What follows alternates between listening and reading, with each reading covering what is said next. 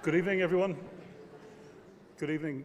I'm thrilled to see so many of you here tonight for this, our final event of Saturday. We've had a great day, we've had great audiences, and we've got some wonderful events tomorrow on Sunday. If any of you are interested in coming, we'd love you to see you. We've events about the problems of writing recent history. We've got an event on the heroines of the world wars. We've got a history of childhood reading, and we've got an event about the queer femininities in 19th and 20th century Ireland. And we also have more as well. This weekend is the start of the next 2.5 weeks of events around the county and around the city. So tonight we have an event called Songs of History. Before I start, we need to say that this is an event and the festival is sponsored by Dublin City Council and is produced by Dublin City Libraries and the Dublin City Culture Company. Tonight we have this event, Songs of History. In any tradition, the songs are just as important as the books in terms of learning history, and we've got a historian and two musicians tonight together to have a look at some of the songs that are very important to Irish history. We've Liz Gillis, who's a great friend of the festival. She's a historian from the Liberties, just up the road. Is the author of 6 books, including May 25, The Burning of the Custom House, and in 2018, she was the recipient of the Lord Mayor's Award. Eleanor Shanley's beautiful voice has made sure she's one of our most loved singers. And she's collaborated with Dave Donnan and Ronnie Drew. And tonight she's going to be with one of her regular collaborators, Mike Hanrahan, musician, songwriter, chef, author, TV presenter, Ireland's musical Melvin Bragg. And we're not quite sure what's going to happen tonight. There's going to be songs, there's going to be chat, there's going to be laughs. There's also going to be a chance for you to sing along. So could you please welcome Mike Hanrahan, Eleanor Shanley and Liz Gillis.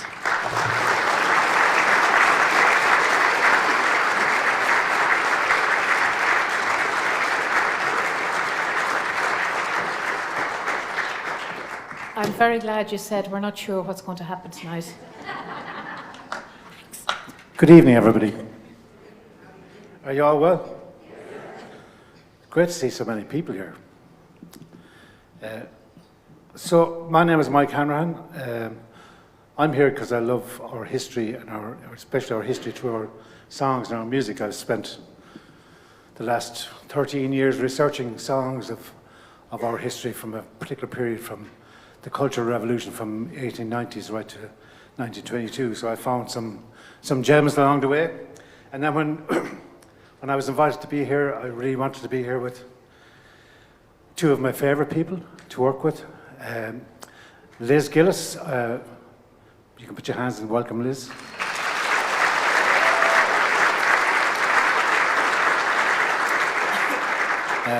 During my research years, We'll talk about it later on, but I was actually disgusted to discover that there was only one song during that period of 100 years ago written for the women of the revolution. And I was fuming when I'd found so many others. We'll talk about it in a minute. And then I discovered Liz and her writings and her work. And I am really a huge fan, but we've also become very good friends because we've worked together on a few projects. So I'm delighted to be here with Liz tonight. And Eleanor Shanley is from Leitrim, which is not really her fault. But There are some Leitrim people in the house tonight, Mike, be careful.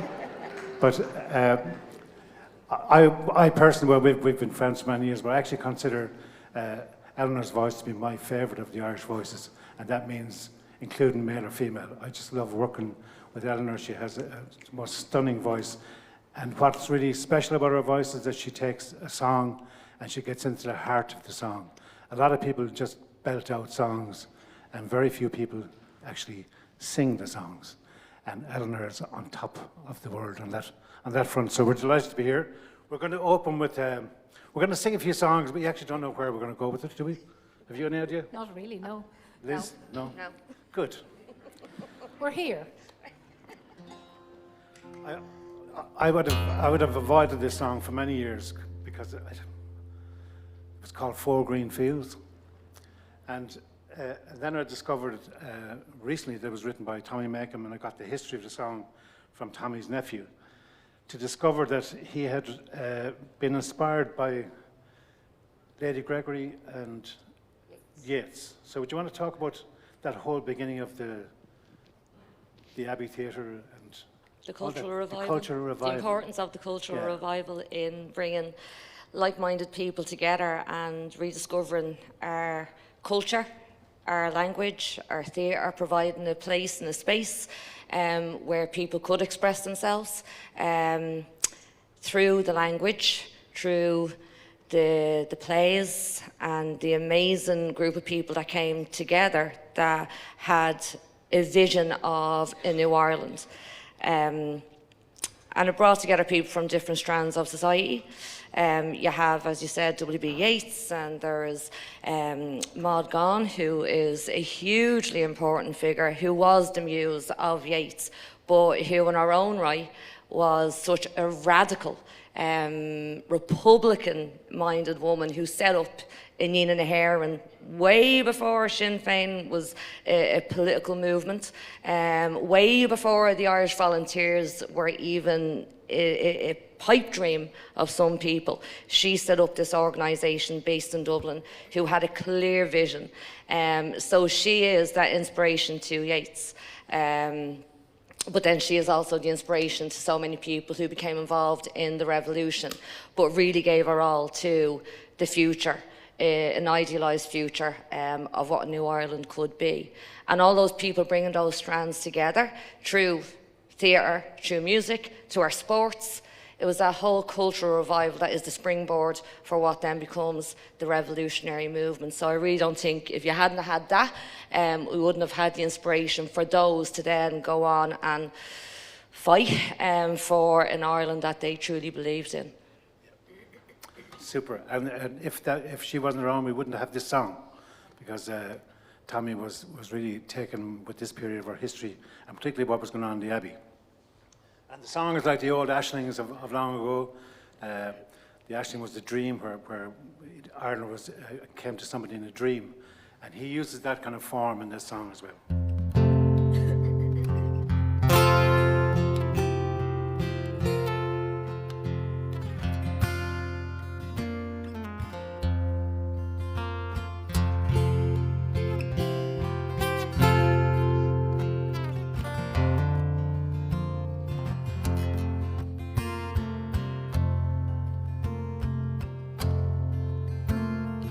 What did I have?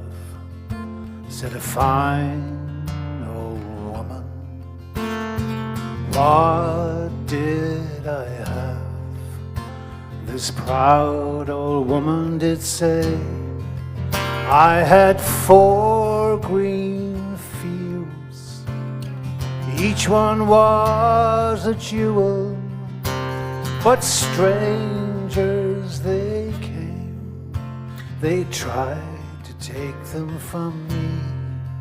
I had fine, strong sons who fought to save my jewels. They fought and they died, and that was my grief, said she.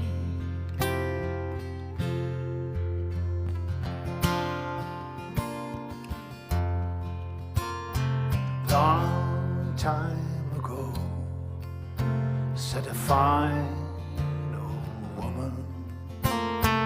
Long time ago, this proud old woman did say, there was war and death, thundering and pillage, and my children they starved by mountain, valley and sea, and their wailing cries, they shook the very heaven.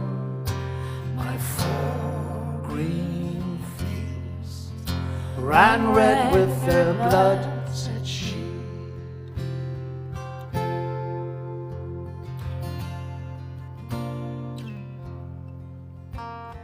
What have I now?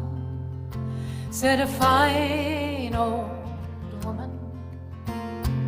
What have I now?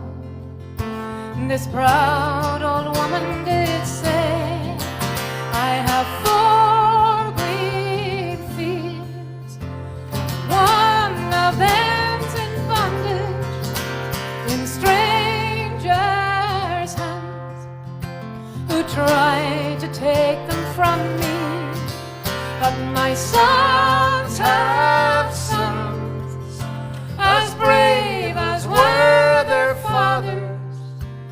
my four green fields will bloom once again, said she.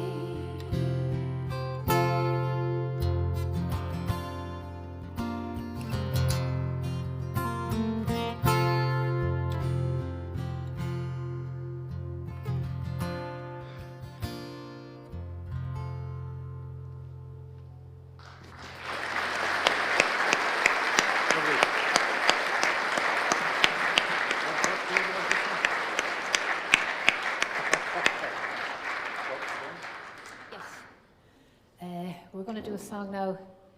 It's called The Rocks of Bowen, and there's many debates about where it's actually based. It was based during Cromwell's reign of terror, when it was to Hell or to Connaught. So the Connaught, some people say it's the kind of Clare, and some people say Galway, and Liz was saying earlier on, Cavan people are claiming it as well. But it's really about the plight of farmers who were sent off their nice, good lands in Meath and places like that, off to Connaught. But Joe Heaney claims that it was one of his favourite songs to sing, and he claimed that it is the oldest Shanno song and the first Shanno song written in English. And he did a wonderful version of it. There's a beautiful version of it recorded, actually. If you look it up, you'll hear it. And there's a woman with him.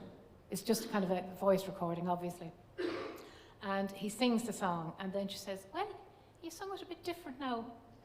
The other time I heard you singing, and then he'd say, did I not do it right that time? And she said, and he'd sing it again. He said, was it right that time? Well, it was, yeah. So myself and Mike were having a go at it today, and I think so far I've sung about 5 different versions. So God knows what will happen now. Come all you loyal heroes, and listen unto me. Don't tire with any farmer till you know what your work will be. For you must rise up early from the clear daylight till the dawn, or you never will be able or to plough the rocks of Bowen. My shoes, they are well worn, and my stockings, they are thin. My heart is always trembling for fear I might give in. My heart is always trembling from the clear daylight till the dawn.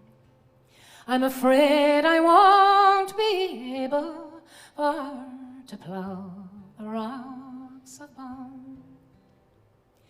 My curse upon you, Sweeney boy, you have me nearly wronged. You're sitting by the fireside with your dooging in your gown. You're sitting by the fireside from the clear daylight of dawn, and you never will be able for to plough the rocks of Bowen. Oh, rise up, gallant Sweeney, and give your horse its hay, and give him a good feed of oats before the start of day. Don't feed him on soft turnips, bring him out to your green lawn, or he never will be able for to plough the rocks of Bowen. I wish the Queen of England would send for me in time and place me in some regiment, all in my youth and prime. I'd fight for Ireland's glory from the clear daylight till the dawn, and I never would return again to plough the rocks of Bon.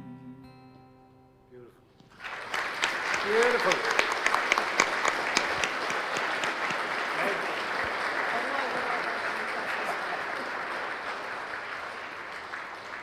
I have no idea what version that was. It was a beautiful version. Somebody said the wrong version. Beautiful. So Eleanor's gonna sing another song, which is kind of, we all know this song, and it's, but there's great stories because I've got serious connections with as a writer for the song I'm gonna sing later on. But Liz, we're gonna sing Kevin Barry. User. Yeah. I'm not user. You said you'd sing along. Liz, we're going to sing Kevin Barry. So when you were rehearsing it at home all week, you took a few notes, did you? I did. Well, because I'm kind of besotted by a guy called Padder Clancy, who was actually murdered just 100 yards away from here. Yeah. We're coming up to the anniversary next month. On that famous Sunday, the 21st 21st November, 1920, Bloody Sunday. So, but anyway, I know Kevin Barry was in his regiment when he was arrested. So They were both members of the 1st Battalion of the Dublin Brigade, but at the time of Kevin Barry's execution, Padder Clancy was part of the GHQ staff, so he'd risen up through the ranks of the Dublin Brigade. But with Kevin Barry, he's probably one of the most famous figures in the War of Independence because he was executed, the first to be executed since 1916. And his age was the thing that really struck with people, in that he was only 18 years old. But arrested at Jordan Raid for Arms up at North King Street, in which British soldiers had been killed, some younger than himself. And he had been taken into custody. He was court-martialed. It was a military court at the stage because the courts had ceased to function. So you have military tribunals, and he was sentenced to death. Michael Collins did try to get him released. There were efforts, there were pleas, there was even attempts of trying to break him out of Mountjoy, but it was too risky. And then on the morning of the 1st of November, Kevin Barry was executed. And then what followed in the succeeding months, we did have more executions, and eventually what became known as the Forgotten 10, where 10 men were executed in Kilmainham or in Mountjoy jail. Their bodies were interned in the jail, and then about 20 years ago or so, their bodies were reinterred in Glasnevin. 9 of them are in Glasnevin, Kevin Barry being one of them. But very soon after his execution, the song that we all know was written. But there's 2 accounts written by people about how the song came about. And one is actually from Sean Prendergast, who was a veteran who had taken part in the 16 War of Independence and the Civil War, and he wrote 3 amazing witness statements in the 1930s, 1940s, and he talks about, and I'm just going to quote what he said in his witness statement, was that in the aftermath, around this heroic sacrifice, the songster and the ballad singer, because the author of the song is unknown, but we do know that it was written pretty much very soon after Barry's execution. And he says, the ballad singer weaved the story of his life, of his service as a volunteer, and his glorious death. Ballad sheets were printed in laudation of Kevin Barry and sold in the tens of thousands, not merely sold, but sung at all times and in places. The young people particularly fell prey to the strain of the ballad, and it was something, it seems, with his age that really connected with the young people, because we have another quote from Seamus de Borca, who was a young person at the time, and he talks about how the song actually came about. And what he says was that during Christmas 1920, an Irishman living in Glasgow was on holidays in Dublin. He came into the dairy shop, 8 Fleet Street, which is where the Barry family lived, and presented the manuscript of a song he had just written to Kathleen Barry, one of Kevin's sisters. Miss Barry showed the song to her mother and her brothers and returned the song to the author, informing him that they had no objection to its publication. The song appeared in ballad form and was an instantaneous success, even amongst us schoolboys. So I suppose that youth, his age, that is something that the youth of the day connected with. And it's a song that has been sung the world over by some of the biggest artists, including Leonard Cohen did a version of it. He came to Dublin in '71, and I found this a few years ago, and he was in the stadium. And he'd come from America of the civil rights marches, and he'd heard about the North and the civil rights marches in Derry. So he adapted this song as a tribute, but unfortunately somebody gave him the lyrics, they messed with the lyrics, and the song was actually set in 1916. And it's very badly skewed in that direction, but he did sing it in Dublin for us. So I suppose that's something. Eleanor, you're going to sing it tonight. I am. Great. Have you used to sing this? I sung it for many years in the Feshes and Flaghills. I used to sing this one and The Dying Rebel and James Connolly and all those songs. And then there came a time when we were told no more rebel songs in competition. We couldn't sing any of the rebel songs. So I got stuck singing a song about Clare, the Cliffs of Dineen.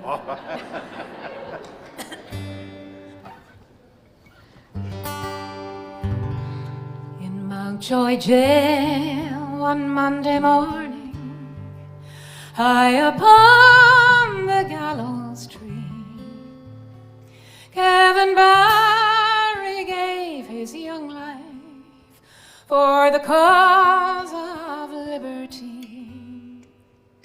Just a lad of 18 summers, yet no one can deny, as he walked to death that morning, he proudly held his head up high.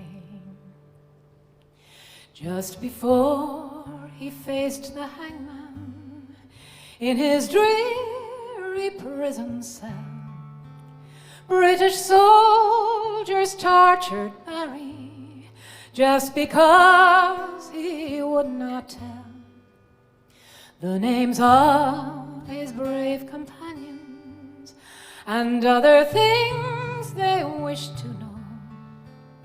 Turn informer or we'll kill you, Kevin Barry answered no.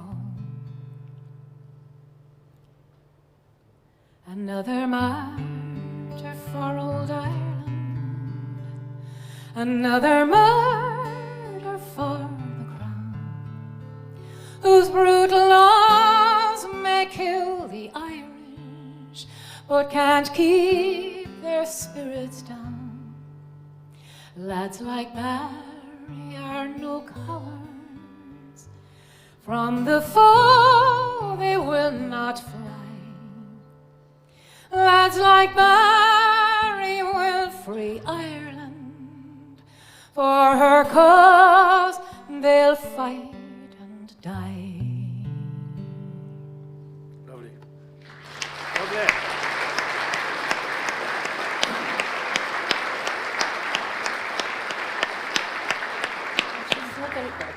There's another really nice story about that. Well, it's sad, but it's nice.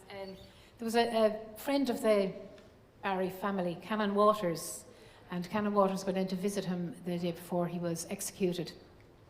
And he contacted his mother and said to the mother, you know, he doesn't believe he's going to die. He's just smiling and he's quite content there, and he thought he was delusional. And the mother was horrified because she couldn't believe that a close friend of the family wouldn't believe that Kevin Barry would die for his country. And after the execution, Canon Waters wrote to Mrs. Barry and he said, "You are the mother, dear Mrs. Barry, of one of the bravest and best boys I have known. His death was one of the most holy, and your dear boy is waiting for you now, beyond the reach of sorrow or trial." So. Beautiful. So we're moving on to Padder Clancy, and I worked on a movie during the last few years, and I want to do a film dedication to my 12 years of deep research into the music. And I worked with Mick O'Dea, the Irish artist. Mick and myself went to school together, and we care passionately about this period of our history. And he allowed me use his entire stock of artwork, which I was very privileged to do. And we made a short film, and it's up there on YouTube, on MikeHanrahan.com, music or whatever it is. And it's free, it doesn't cost anything. So if you're looking for something to do over the weekend, just hop on up there, YouTube. This is a song called The Crimson Warrior. Now, it was dedicated to Peter Clancy, who was a volunteer who came from County Clare. He was an outfitter, but he worked his way right through into the inner sanctum. Do you want to talk about him for a little bit? So he was out in 1916, came from Clare, and he was out in 1916, fought in the North King Street, Church Street area. It was actually where the lamp shop is beside the Brazen Head. That's where he sort of was in and around.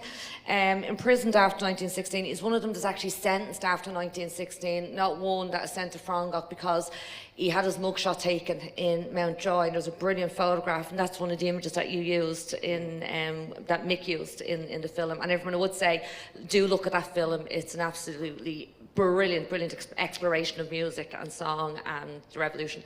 But he comes back and is very much involved in the reorganisation of the IRA as they become. But he and Dick McKee, who does become the commandant of the Dublin Brigade of the IRA, they are really, really close. But as Mike said, he was an outfitter. He owned the Republican, or co-owned the Republican Outfitters shop down on Talbot Street, outside which Sean Tracy was killed in October 1920. And between October and November 1920, the IRA did suffer big losses, starting really with the death of Sean Tracy in Talbot Street, followed by the death of the Lord Mayor Terence McSweeney of Cork on hunger strike. Then we have the execution of Kevin Barry. And it looked really like the IRA were going to be on its knees, that the British were really hitting hard. But then all of a sudden you have this almighty kickback with the events on the 21st November 1920, a day that is forever known as Bloody Sunday, where Michael Collins sent out his assassins to addresses all over the south side of the city to target British agents. But on the eve of that operation, there had been a meeting with Collins and McKee and Clancy and all these people that had planned the operation in Vaughan's Hotel. McKee and Clancy left and made their way to Sean Fitzpatrick's house on what's now Sean McDermott Street, not knowing that they were being followed by Shankers Ryan, who alerted Dublin Castle, because that was where F Company of the Auxiliaries were based. And word was sent to them that two men have made their way to the house of Sean Fitzpatrick, and the auxiliaries arrived. And McKee and Clancy were taken into custody, literally 100 yards from where we are now. Also arrested that night was a fellow Clareman, Conor Clune, who was in Vaughan's Hotel in the wrong place at the wrong time, had nothing to do with what was going on the following morning.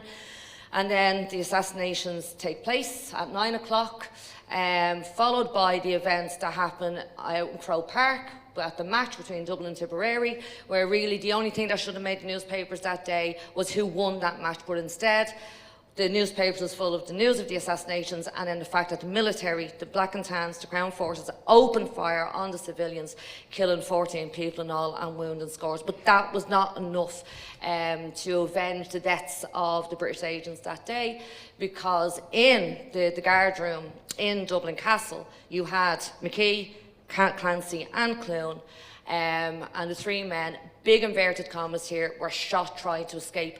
Photographs were even fabricated to show what had actually happened in that guard room. They weren't shot trying to escape. No one was getting out of that room alive, but their deaths end that entire day of tragedy. And what is really shocking is that it happened 2 weeks after the death of Kevin Barry. However, the IRA did show that they were not on their knees, because the following week we then have the Carmichael ambush down in West Cork, where Tom Barry leads his men and they wipe out a platoon of auxiliaries. And this was unfortunately the nature of the war, that the IRA would be hit hard, but they would then hit back. But we had huge losses. And the lost potential is the real tragedy of these conflicts. And I was delighted when Mike wrote this song about Peter Clancy. It's a beautiful song. I love it. I know the words off it, but I'm not going to sing along. No, I'm going to I'll just go like this. Yeah.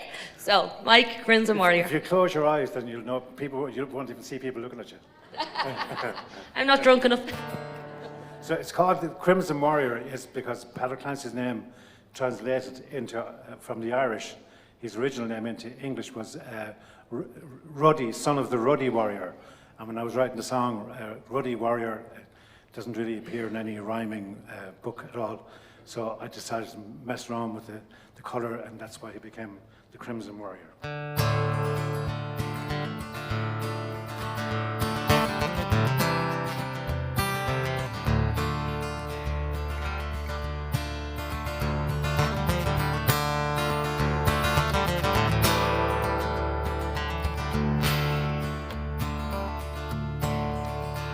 Ancient fire on the hillside, I am ember, come lay me down. Ancient thunder all along the night sky, I am courage, come lay me down. We are daughter and son of the Crimson Warrior, sister and brother of the Crimson Warrior. Across the fields, all along the valley, oh, you of freedom, come lay me down. Sacred tree, now rest me easy, come gather round, come lay me down. We are daughter and son of the Crimson Warrior, sister and brother of the Crimson Warrior. Oh, oh,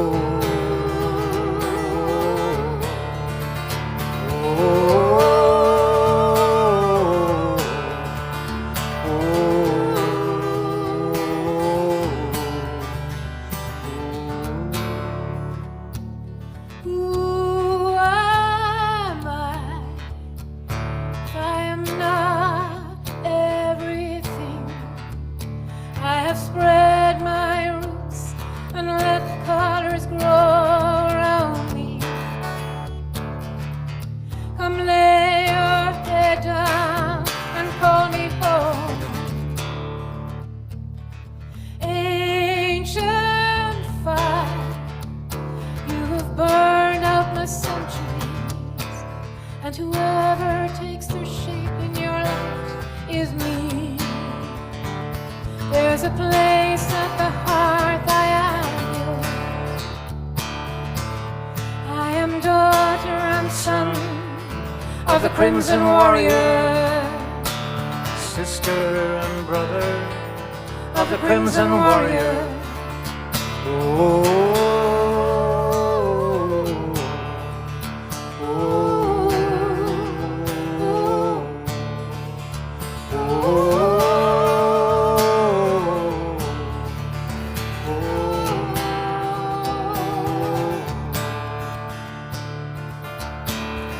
So take my hand and guide me over, ancient warrior, come lay me down. For you I go now into the clearing, for you alone I lay me down. For you alone I lay me down. For you alone I lay me down. For you alone I lay me down. Oh,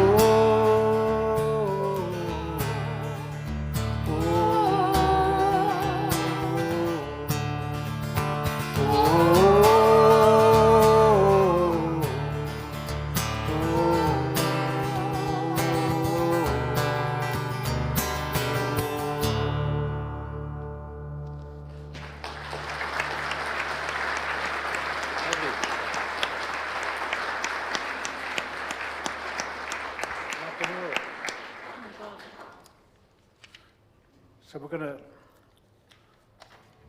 what about the fourth members of the band? Fourth, fifth and sixth? Thank you.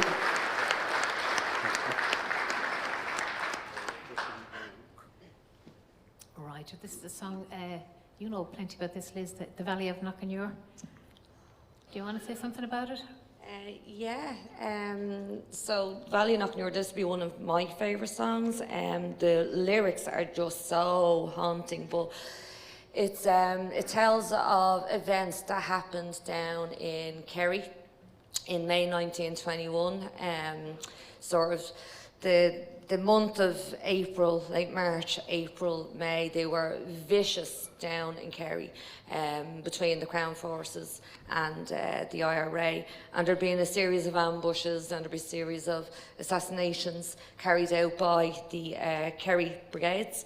But we then have 4 members of the Listowel, I think it was, I could be mistaken, IRA company, who were waiting at a bridge where they were returning from... Coming back from a redemptorist mission. And waiting at a bridge when a patrol of Black and Tans and RIC came upon them. Yeah. And they were taken to a nearby field, and they were lined up. And we know that this actually happened because you have Lyons, Galvin, Walsh and Condé. And it was Condé who actually managed to survive. They opened fire. He talks about the orders being given where they're lined up and a Black and Tan is put in front of each one of them, and then there's a line of Black and Tans behind that initial row of Black and Tans. And he was shot in the leg but managed to escape, but his 3 comrades, they were killed. And the song itself, because the opening verse is the fact that a song has not been written about these 4 boys, where songs have been written about here was 1798 and all the other revolutions, but a song was not written about these 4 lads that were involved, except this person, Brian McMahon. He wrote the song, and you'll take it up there. Yeah, the local school teacher asked him to write it, and he did, and he wrote this beautiful, beautiful song. But the 4 lads were unarmed. And what happened was there was a barracks burnt in the area a couple of days before, and the soldiers were all drunk, and so they shot the 4 lads in retaliation for the barracks having been burnt.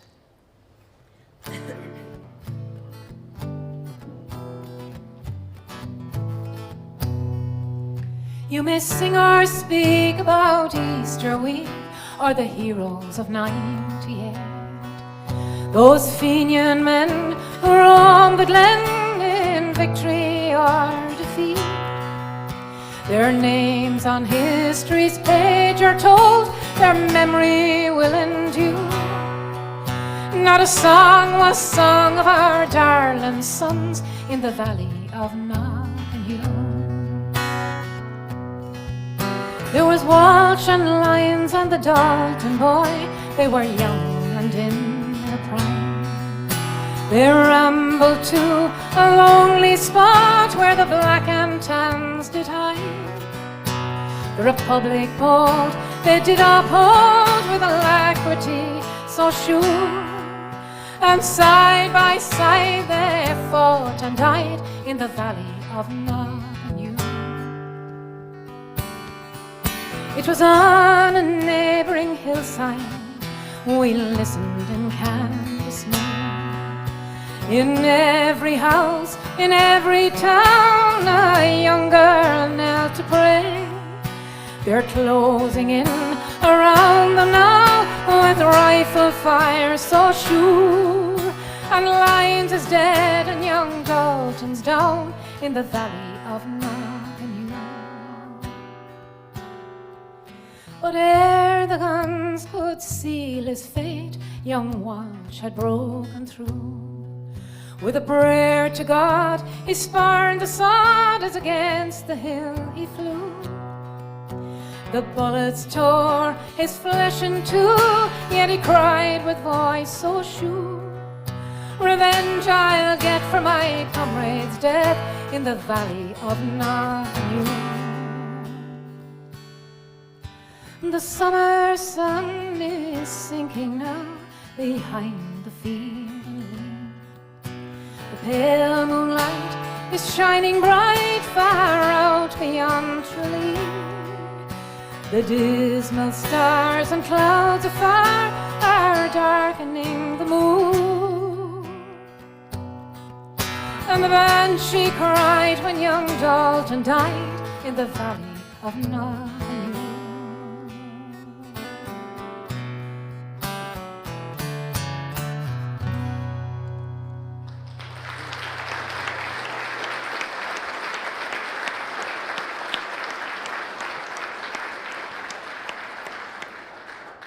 suppose for fear that we're like getting very morbid with the we did find a lot of interesting songs during our time. There was a guy called Brian O'Higgins, like with so many writers, like right down through the ages. I've gone back as far as the 12th century, where the bards or people involved in the courts, their gig was to write songs for their kings and tunes and all that. And it wasn't just harpists, but there was people writing words as well, recalling. And then right through we had people like Thomas Davis. The one I love most of all is Moore. You know all Moore's melodies? You know that? Well, the gas thing about Moore was he never wrote a melody in his life. He actually never wrote one single melody.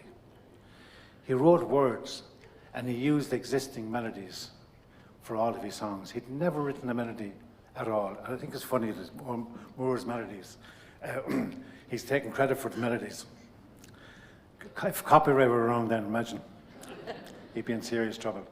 But it's an interesting thing that when people were writing songs, because a lot of people who wrote songs were just recalling history and events, and it was a very important part of our community. There's a great friend of mine who was a song collector in West Clare, Lillis, and he said to me when I was researching there a few years ago, he said, you know, Mike, if you farted at Mass on a Sunday morning, there'd be a song written about it, and there'd be a song sung that evening at the local party. So that's how much the song meant to us. It was gathering events and history. And Brian O'Higgins, who was one of our more prolific writers, he wrote some amazing songs. But one year, I think it was, when was the Mountjoy hunger strike? Was 20? Was it 1920? Yeah, April 1920. And there's a great song that was written by some other, and he referred to the Mountjoy Hotel. And he talks about visiting this horrible hotel in Dublin, and the service was terrible, and he was never going to stay there again. There was all these, and then there was the one about when, well, I'll come to the women one later on. We'll do that one later on. But there was a great song, oh yeah, it's about a song where the British tabloid newspaper sent a reporter over to County Clare from the Daily Mail to report and see what's happening. Is there going to be another rising or what's going on? And he wrote this amazing song, Brian. He wrote, but I'll just give you just the chorus, that's all.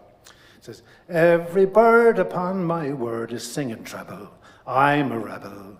Every hen is laying hand grenades over there, sir. I declare, sir. And every cock in the farmyard stock singing triumph to the gale. And it wouldn't be surprising if there'd be another rising, said the man from the Daily Mail.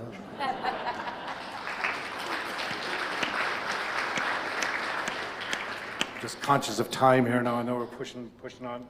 We've got a couple of songs to go through. There's loads I could give you. We could be here all night, but we could come back next year. Because we'll sing that one for the coming on when we do Craggy Hill. We'll do that. We're going to sing The Dying Rebel. The song that I was barred from singing in the Feshes and Flag Hills. And my Fesh career went down the Swami after that. But I absolutely love the song, and I had the privilege of singing it on the stage outside the GPO in the 2016 celebrations. So that was quite, unfortunately my mother wasn't alive to see it. I would have liked her she had, because she taught me this song, and she used to sing it and her sisters. So here goes. The night was still and the fight was over. The moon shone down O'Connell Street. I stood alone where brave men perished. Those men have gone, they're gone to meet. My only son was shot in Dublin, fighting for his country bold. He fought for Ireland and Ireland only. the harp and shamrock, green, white, and gold. The first I met was a grey-haired father, searching for his only son. I said, old man, there's no use searching, for up to heaven your son has gone. The old man cried out broken-hearted. Bending low, I heard him cry, I knew my son was too kind-hearted. I knew my son would never yield. The last I met was a dying rebel. Bending low, I heard him cry, God bless my home in dear Cork City. God bless the cause for which I die. Beautiful. Beautiful.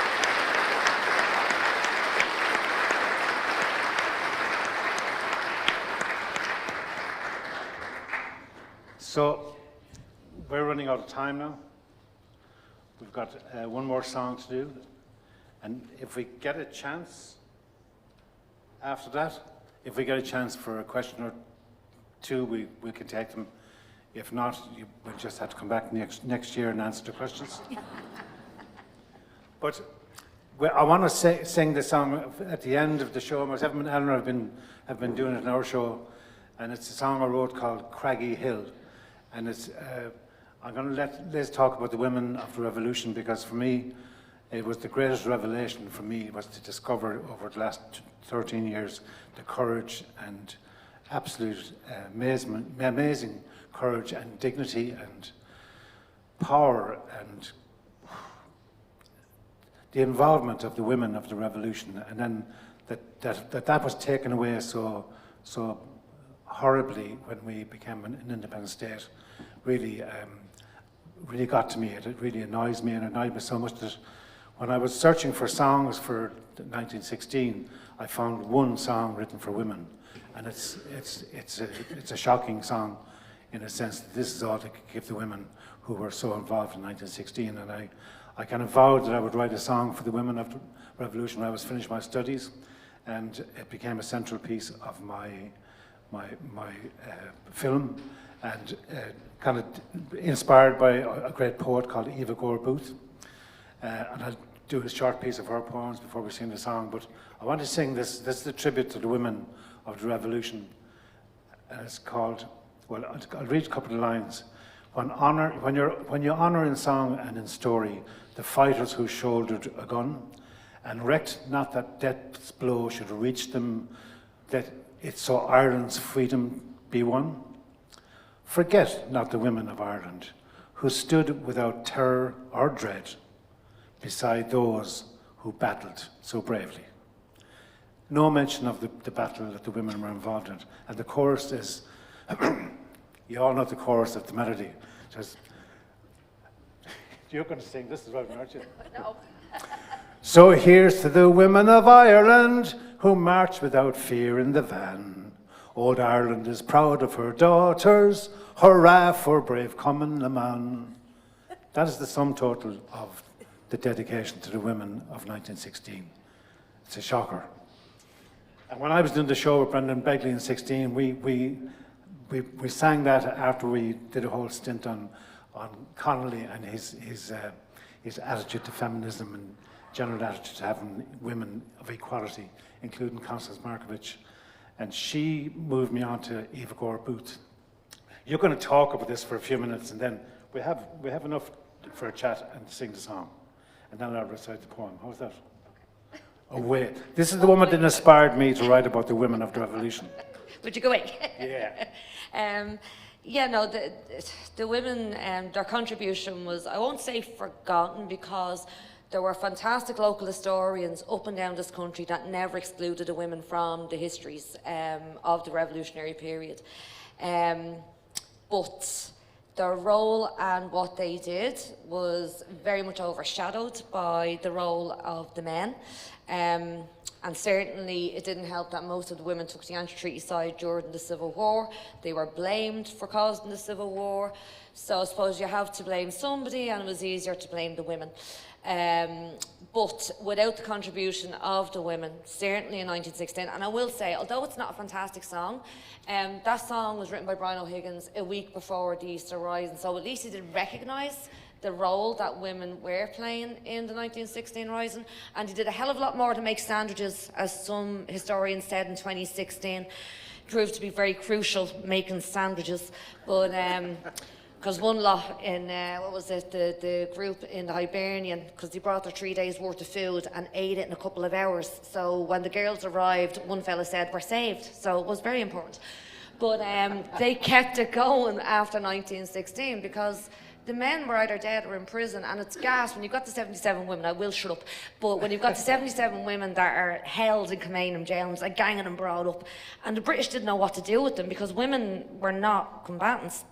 And you have the accounts from the women of Anina, and basically they're called together in Kilmainham jail, and this is on the 7th of May. And they're basically lined up and told, "If you promise to be good little girls, don't do anything like this again, we'll set you free. Do you promise?" And they go, "Yeah." And then the next day they're released and they hit the ground running. The thing is, they stayed in the jail that night because it was too dangerous to go home. And with the Cooney sisters, the women of the Anina branch coming them on, they heard the gunshots that took their commanding officer, Amy Kent, Michael Mallon, Con Colbert, Sean Houston, people who they knew very, very well. But they begin the propaganda war literally when they're set free. They become experts at it. The British were slowing the uptake in the War of Independence as to what the women were actually doing. It's only later on they bring in the female searchers and realise the women are up to their neck in it. They don't get away with it in the Civil War because their former friends are now their enemies, and they knew exactly what the women were capable of. So much so that the Irish government brought in an amendment to the emergency legislation that if they thought you were going to do something, that was enough to arrest you. And that's why you have the mass arrests of the women in February and March 1923. So there's a summary. I'm going to hand you now over to Mike to sing about the women.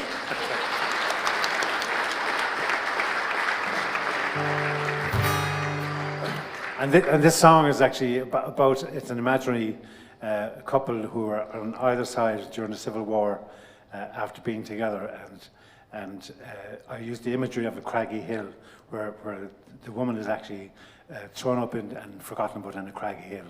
And before I do it, I'll just sing Eva Gore Booth, because we wish we had more time to go through so much stuff here, but I'll read this. She wrote this to her sister, Constance Markovich, when she was in prison in 1919. And Eva Gore Booth, if you know nothing about her, please Google her tonight, because you'll be amazed at what she was doing back 100 years ago. Incredible woman. The peaceful night that round me flows breaks through your iron prison doors. Free through the world your spirit goes. Forbidden hands are clasping yours. The wind is our confederate. The night has left her doors ajar. We meet beyond earth's barred gate, where all the world's wild rebels are.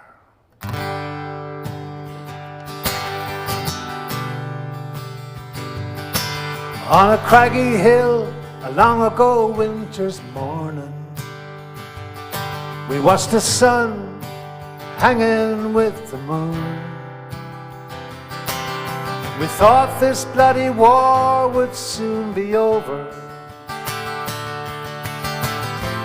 One day soon, you said, one day soon.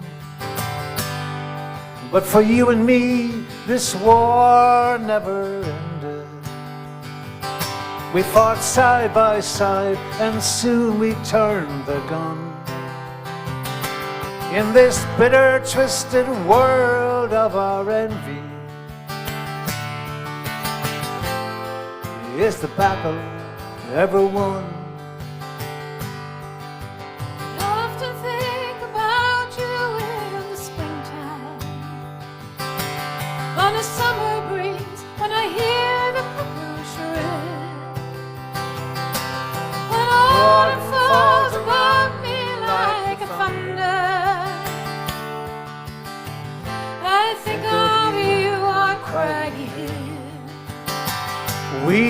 left our dreams somewhere on the hillside, where the hazel and the wildflower bloom. Ever since that day we parted, I lay down with the ghost of you. You, the poet who wrote about her comrades. You, the artist who painted her instead. All of you, the vanquished revolution. I hear you now on Craggy Hill. I need you to sing with me this one.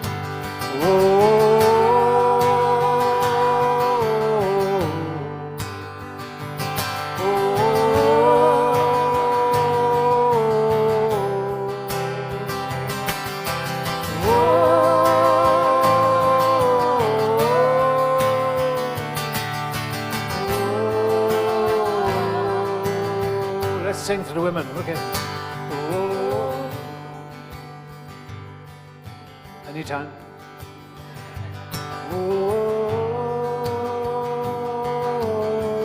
Don't be shy.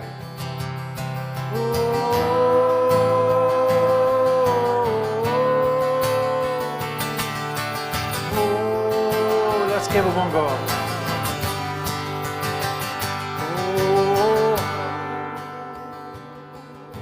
I knew you were there.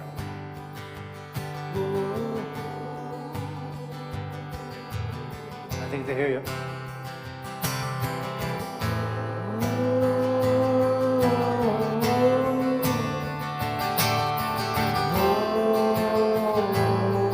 More for the Lord.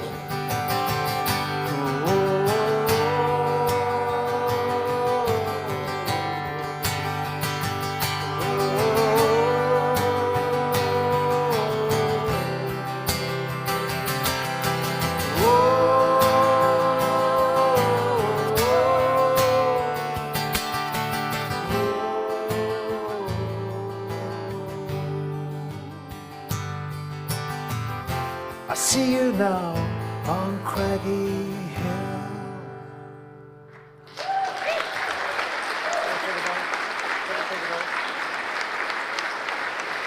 Thank you. Thank you very much. So, thank you for being here. Such a great crowd. I'm delighted. I sincerely hope you enjoyed our presentation. Would you please put your hands together for Eleanor Shanley?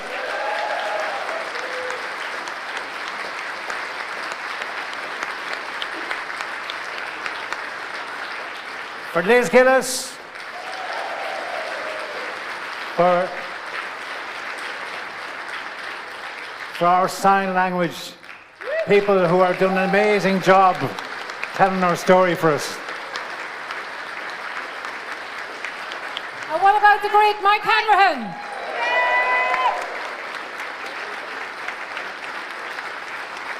Thank you, Cormac, for the gig, and good luck for having really enjoyed the rest of your time. It's been our pleasure. Thank you.